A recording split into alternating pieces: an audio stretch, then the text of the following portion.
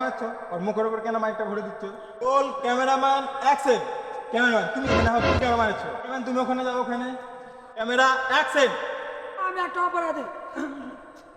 কাট কাট কাট। কে হাসলো রে, হাসলো রে? এই আসলে